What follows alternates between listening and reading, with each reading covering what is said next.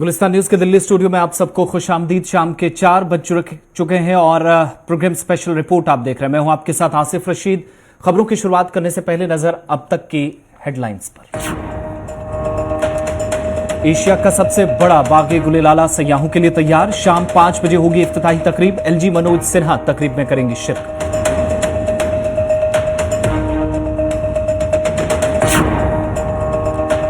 श्रीनगर में 250 करोड़ रुपए की लागत के तिजारती कॉम्प्लेक्स का एलजी मनोज सिन्हा ने रखा संगे बुनियाद। मुत्तहिदा अरब अमारात के अमार ग्रुप ने की सरमायाकारी।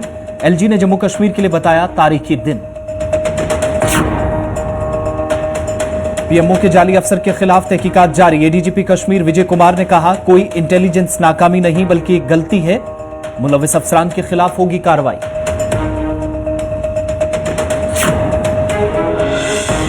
कठुआ जिले में सीबीआई के हाथों गिरफ्तार पुलिस कांस्टेबल की पूछताछ के दौरान मौत। लवाहिकीन ने कत्ल का लगाया इल्जाम। बोर्ड तश्कील देकर गैर जानिबदाराना तहकीकात का किया मुतालबा। पुंछ जिले में मेंढर में ओवरलोड गाड़ी सड़क हादसे का शिकार। तलबा समेत 14 अफराद जख्मी। लोगों ने ट्रैफिक पुलिस पर नाकामी के लगाए इल्जाम।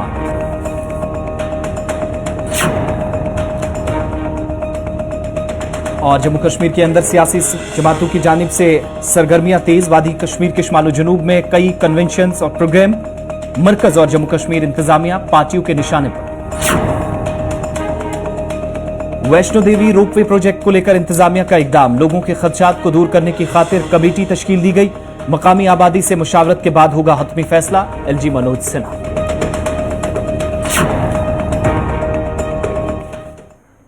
हेडलाइंस के बाद स्पेशल रिपोर्ट का आगाज करते हैं और बड़ी खबर इस वक्त मरकज के ज़ेर इंतजाम जम्मू कश्मीर से लेफ्टिनेंट गवर्नर मनोज सिन्हा का इंहदामी कार्रवाई पर बड़ा बयान सामने आया, जिसमें उनने सरकारी जमीन जो अभी तक सरकार की तरफ से मुतअद्दिद मकामात पर बुलडोजर कार्रवाई की गई है वापस ली गई है, उस हवाले से कहा कि वादी कश्मीर में कश्मीरी मुसलमानों को जमीन दी जाएगी। जिन जिन इलाकों में कब्रिस्तान के लिए जमीन चाहिए वहां पर सरकारी जमीन दी जाएगी। बड़ी जमीन जहां पर इंडस्ट्रियां लगाई जाएंगी और छोटी जमीन पर खेल के मैदान बनेंगे। श्रीनगर के अंदर एक तकरीब से खिताब के दौरान लेफ्टिनेंट गवर्नर ने इन बातों का इजहार किया।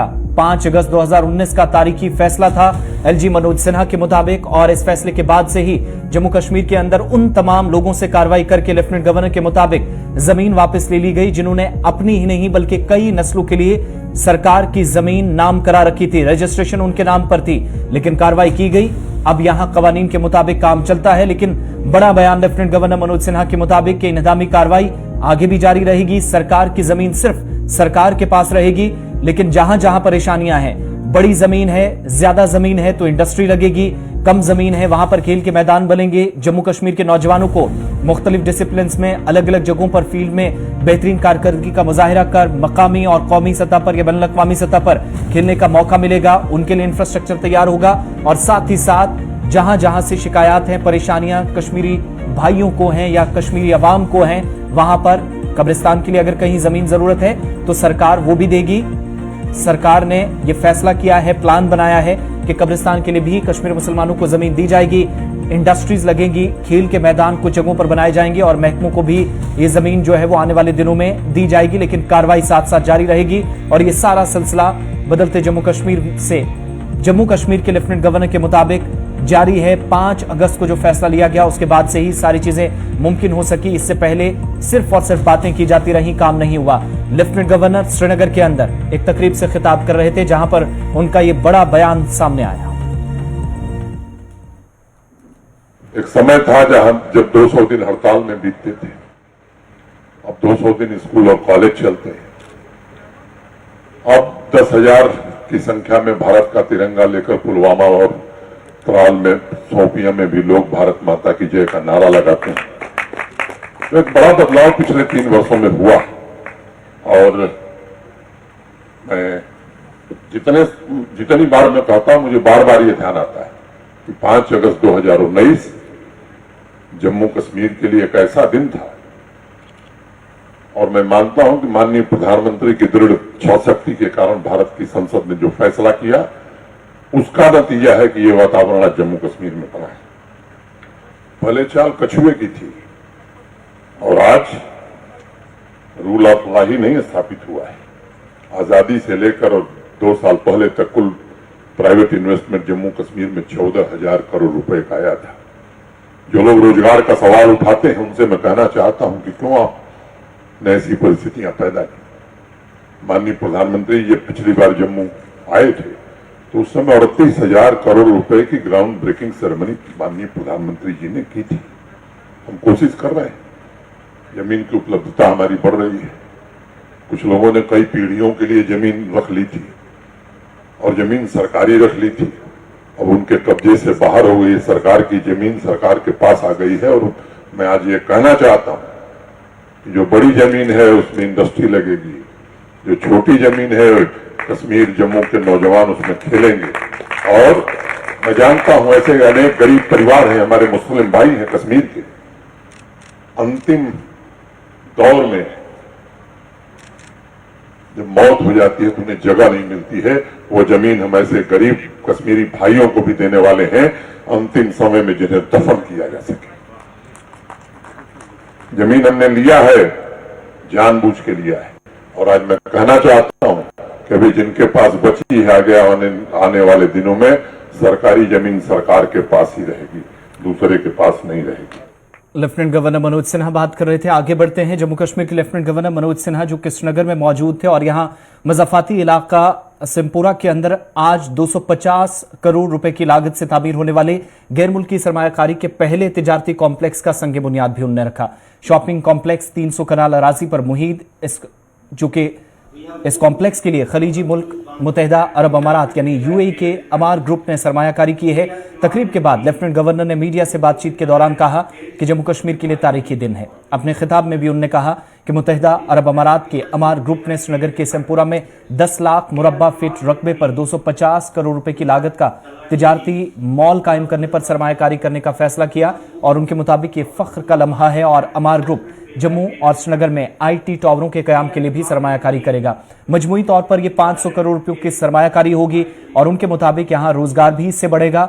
यूनियन टेरिटरी में खासतौर पर श्रीनगर के लोगों को जो लंबे अरसे से उम्मीद थी वो पूरी हुई और अमार ग्रुप से इस तिजारती कॉम्प्लेक्स की तकमील को मुख्तसर वक्त में यकीनी बनाने की ताकीद भी एलजी मनोज सिन्हा ने की।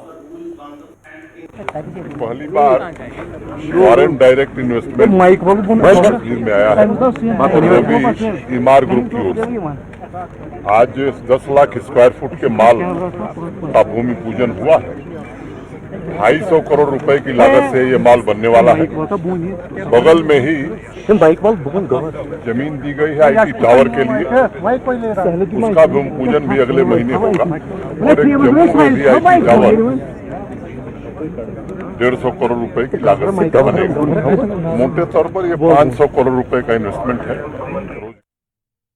आगे बढ़ते हैं। वादी कश्मीर से आज पुलिस का एक अहम बयान सामने आया और additional director general of police Kashmir Vijay Kumar ने बयान उस जाली अफसर के हवाले से दिया जिसने जम्मू कश्मीर की इंतजामिया की आंखों में कई दिनों तक धूल झोंकी और इस वक्त सलाखों के पीछे है।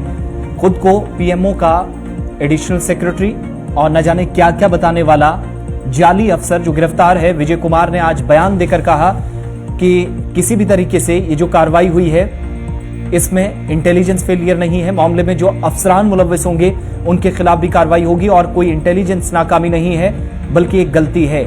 गुजरात से ताल्लुक रखने वाले एक ऐसे शख्स को लेकर सिक्योरिटी कवर और बुलेट प्रूफ गाड़ी फराहम करना जिसने खुद को पीएमओ का ओहदेदार जाहिर किया, ये इंटेलिजेंस की नाकामी नहीं बल्कि एक गलती एडीजीपी ने करार दिया और उनके मुताबिक तहकीकात जारी है।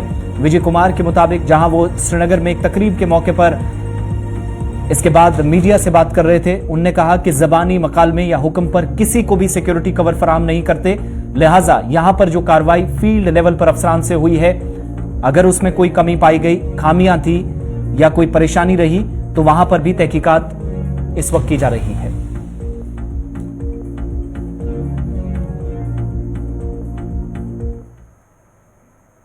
प्रॉपर एफआईआर लगा। जब श्रीनगर पुलिस को 2 तारीख को पता चला तुरंत होटल में रेड मारा गया इस सीनियर आईपीएस अफसर के नेतृत्व में और उसको पकड़ा गया रंगे हाथ। उसके बाद फेक विजिटिंग कार्ड था और उसी दिन केस रजिस्टर किया गया, अरेस्ट किया गया।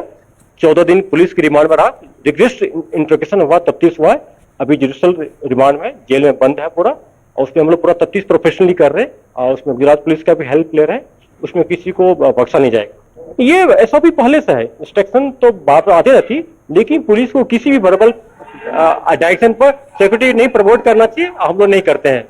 जो चुप भी है उसको हम लोग देख रहे हैं उसको, और जो ऑफिसर इसमें मुलविस होगा, जो उसको डायरेक्शन दिया हो गया उसमें सुरक्षा कहा जा सकता है। देखिए इंटेलिजेंस फेल्यूर हम नहीं कर सकते, क्योंकि ये जो फील्ड ऑफिसर के लेवल पर ये लापरवाही हुई है और इसमें कार्रवाई होगी। आगे बढ़ते हैं, बात जम्मू सूबे की। विमेन पुलिस स्टेशन कठुआ में मुंशी के तौर पर काम करने वाले एक हेड कांस्टेबल मुश्ताक अहमद को, जिसे हफ्ते के रोज सेंट्रल ब्यूरो ऑफ इन्वेस्टिगेशन यानी सीबीआई ने रिश्वत लेते रंगे हाथों हिरासत में लिया। बाद में पूछताछ के दौरान पुरस्कार हालत में इसकी मौत हो जाती है। इतलात के मुताबिक कठुआ के विमेन पुलिस स्टेशन में काम करने वाले पुलिस एहलकार को सीबीआई की एक टीम ने एक शख्स की जानिब से 3,000 रुपए रिश्वत तलब की शिकायत की बुनियाद पर गिरफ्तार किया। इसकी सेहत बिगड़ने के बाद इसे मेडिकल कॉलेज कठुआ मुंतकिल किया गया, लेकिन वहां इसकी हालत मजीद बिगड़ गई और बाद में इसने दम तोड़ दिया, जिसके बाद जबरदस्त हंगामा मचा हुआ है। लवाहिकीन ने मुबैना कत्ल का इल्जाम आयद करते हुए गैर जानिबदाराना तहकीकात का मुतालबा किया और एक बोर्ड तश्कील देकर मामले को आगे बढ़ाया जाए, इसकी भी मांग रखी। एसएसपी कठुआ का जो बयान आया उसके मुताबिक सीबीआई ने मुतलका कांस्टेबल को हिरासत में लिया था और कठुआ पुलिस का इसकी तहकीकात में कोई लेना देना नहीं है। इस मामले में पुलिस का कोई किरदार नहीं है। ताहम सीबीआई की तरफ से कोई भी तबसरा अभी तक नहीं किया गया है और न ही पुलिस एहलकार की मौत के बाद एजेंसी की तरफ से कोई सरकारी हैंडआउट जारी किया गया है।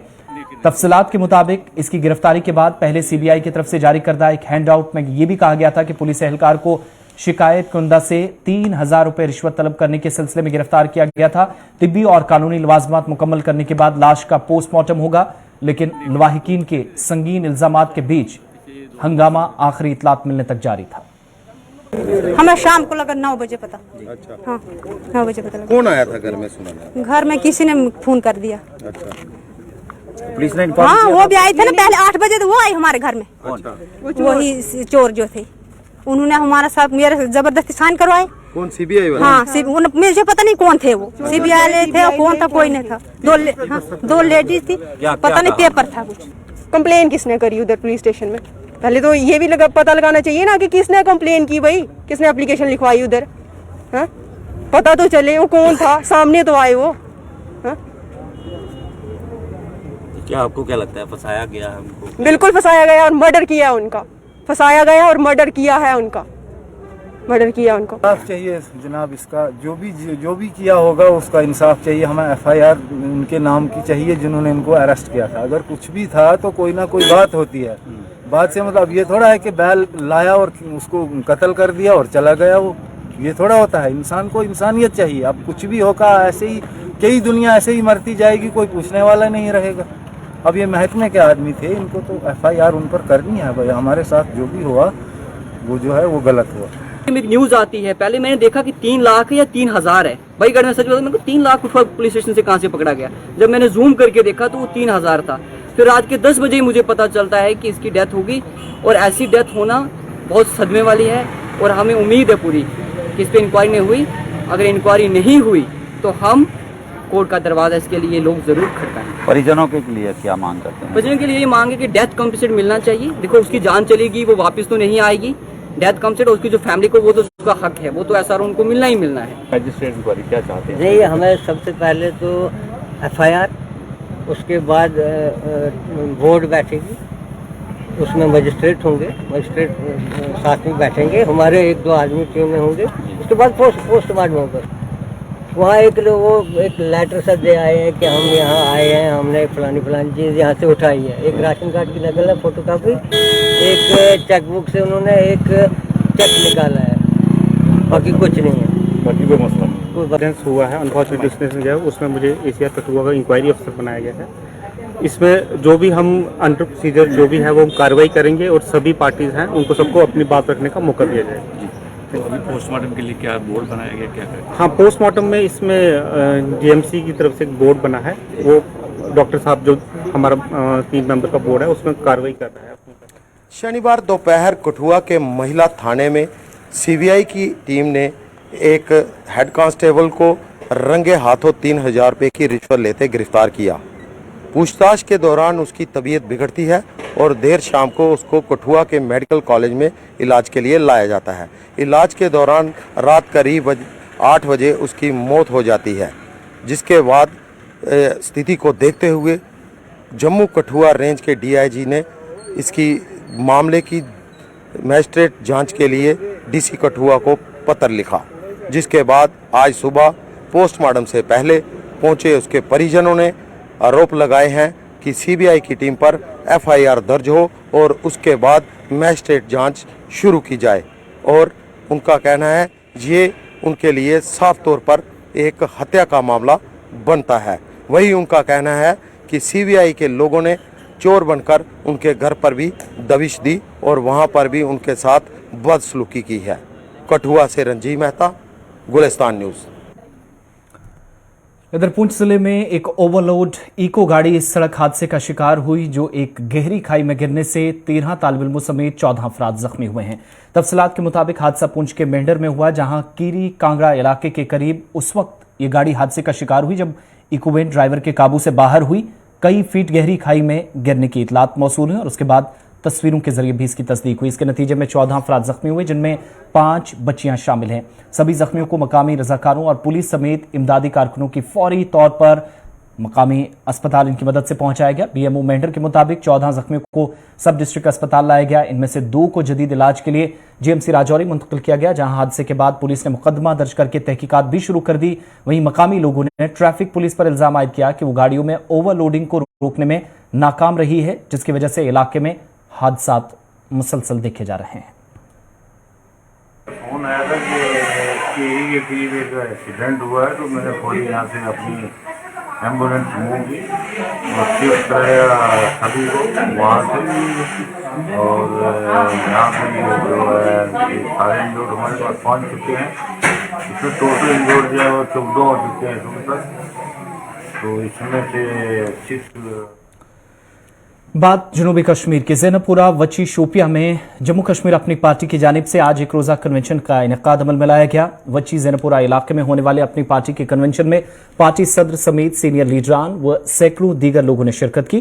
कन्वेंशन से अपनी पार्टी के सरबराह सैयद अल्ताफ बुखारी ने खिताब करते हुए मौजूदा सियासी सूरत हाल पर जहां बात की, वहीं पार्टी सदर ने यह भी कहा कि जम्मू कश्मीर में इंतखाबात के इनेकाद के लिए माहौल साजगार है, लिहाजा वक्त आ गया है कि इलेक्शन कमीशन ऑफ इंडिया फौरी तौर पर हतमी फैसला ले। मुलाजमीन पर होने वाली कार्रवाइयों के एक सवाल के जवाब में भी अल्ताफ बुखारी ने कहा कि अगर कोई मिलिटेंसी में बराह रास्त मुलव्वस है तो इस पर सख्ती होनी चाहिए ताकि आम शहरी मुतासर ना हो।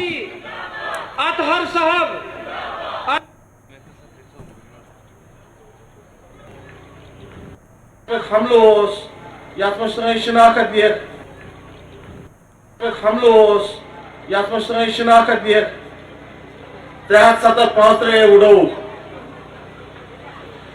तम पे बीट सारी पन्न घर यही जगमोहन योर अन्ना आव और लोगों पर बुलडोजर चलाया गया। कमाल कौन यह वन कि मैं जरूरत कम होम मिनिस्टर कना निश पाने कोर्मुत शुरू मुहिम कि डिटेल जमा करान कोशिश करान पैरवी कर तम यल त्रमुत बह थो तुम कत वन तुम बासो कि कम तम यल त्रावन वो, मगर करो पैरवी इन केसन, करो कोशिश करो वकालत इन केसन हज वकील करान तिथे करो कि सोन मानुन कि इन नौजवान गो मौका दिन बी नव जिंदगी शुरू कर। इलाक गाम अवकाफ कमेटी मस्जिद कमेटी रोजन अमन जिम्मेवार, मोल मोल के रोजन जिम्मेवार। बात है हमें वची में ही नहीं, हमें पूरी जम्मू कश्मीर में लग रहा है हालात साजगार हैं इलेक्शन के लिए, और इलेक्शन कमीशन को चाहिए कि जल्द से जल्द यहाँ के इलेक्शन करवाए। हमारी तो पिछले साल से ये मांग रही है, आज तो सब लोग कहते हैं और आज सब लोगों को लगता है दिल्ली से ही शायद सब कुछ मिलता है। जब हम लोग गए थे तब कहते थे जो दिल्ली जाता है वो गद्दार है, तो इनको क्या कहेंगे जो आज दिल्ली जाते हैं। मैं आपको 2 चीज़ें बड़ी खुल के बताऊंगा, इसमें कोई नाराज होने वाली बात नहीं है। अगर कोई मिलिटेंसी में सही मानों में इन्वॉल्व है जिसकी वजह से हमारे लोगों ने ददारा उठाया हो, तो मुझे तो लगता नहीं है कि उसके खिलाफ।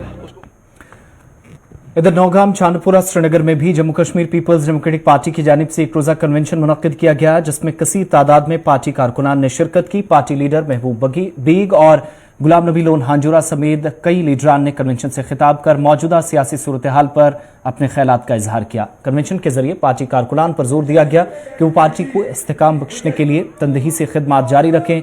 इधर गुलाम नबी लोन हांजोरा ने जम्मू कश्मीर इंतजामिया की जानिब से हालिया अहकामात के तनाजुर में नुक्ताचीनी की।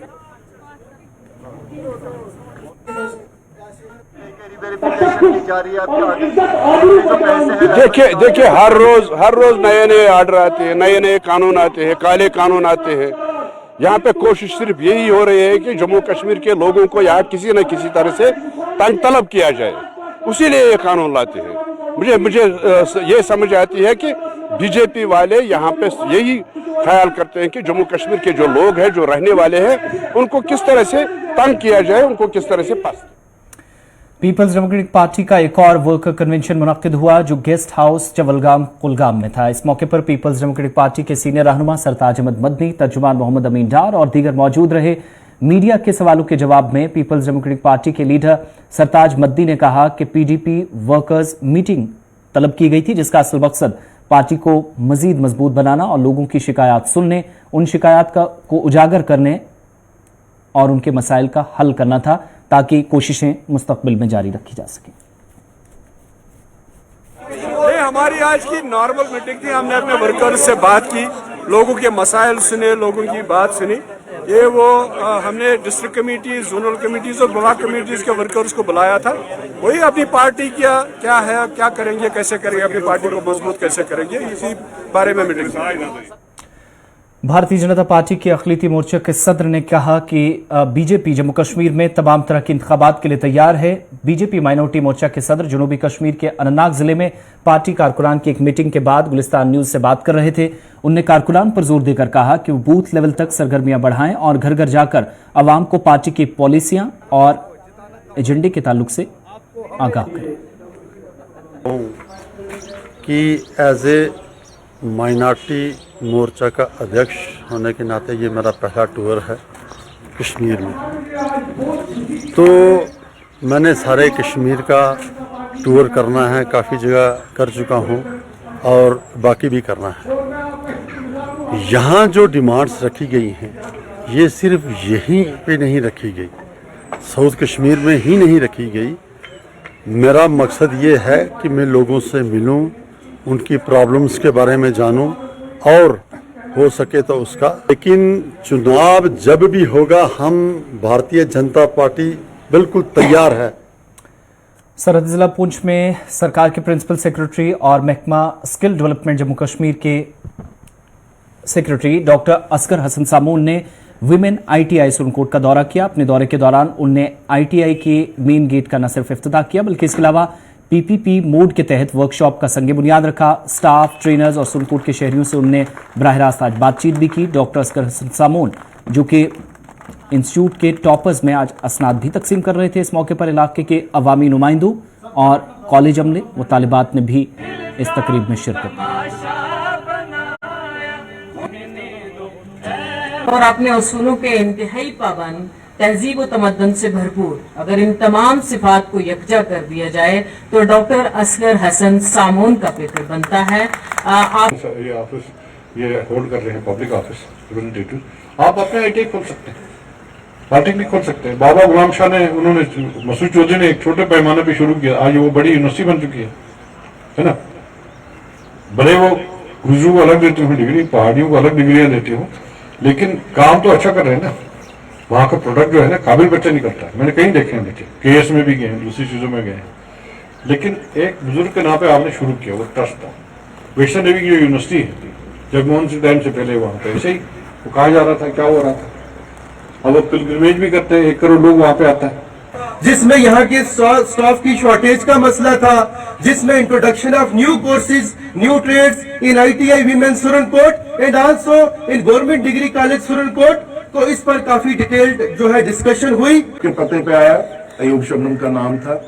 कृष्ण चंद्र ने एक वसीयत करी अयूब शबनम से कि मैं सारी उम्र यहाँ पे इतना नाम कमाने के बाद बॉम्बे में मेरा दिल उचाट है, मैं आखिरी दिनों में वहीं।